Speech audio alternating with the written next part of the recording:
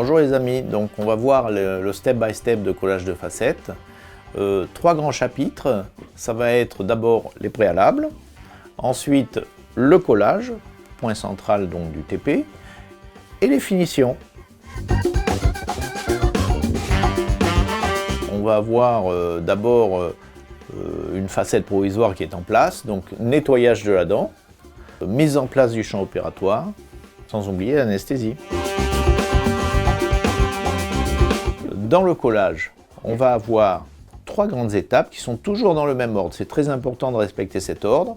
Premièrement, préparation des surfaces de céramique. On ne va pas énumérer toutes les étapes, ça sera l'objet du TP. Deuxièmement, préparation des surfaces amélodentinaires. Et troisièmement, assemblage, qui assemble donc une colle qui n'a pas un pouvoir adhésif entre les surfaces pré-traitées.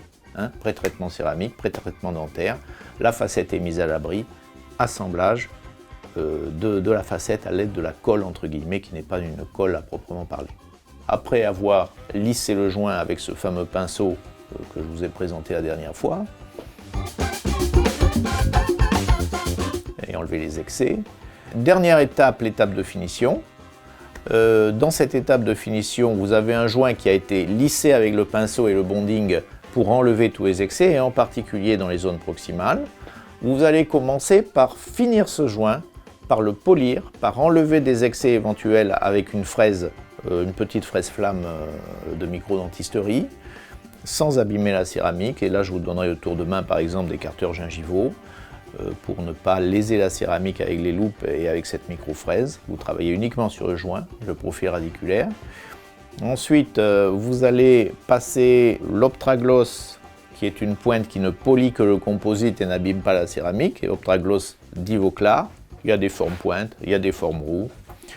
Ensuite, une fois que vous avez fini tout le joint, vous allez vous attacher à bien séparer les zones proximales. Là aussi, il y a des tours de main avec des petites scies, avec des petits strips de chez Comet qui permettent de polir les zones proximales qui sont difficiles d'accès.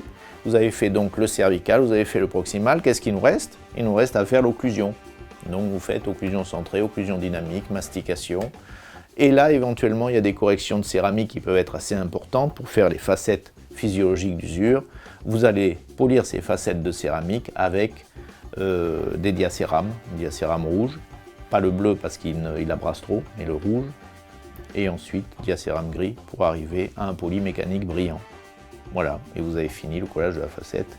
Je serai donc ravi de vous retrouver pour ce TP et détailler toutes ces étapes avec tous les tours de main que j'ai à vous donner. À très vite!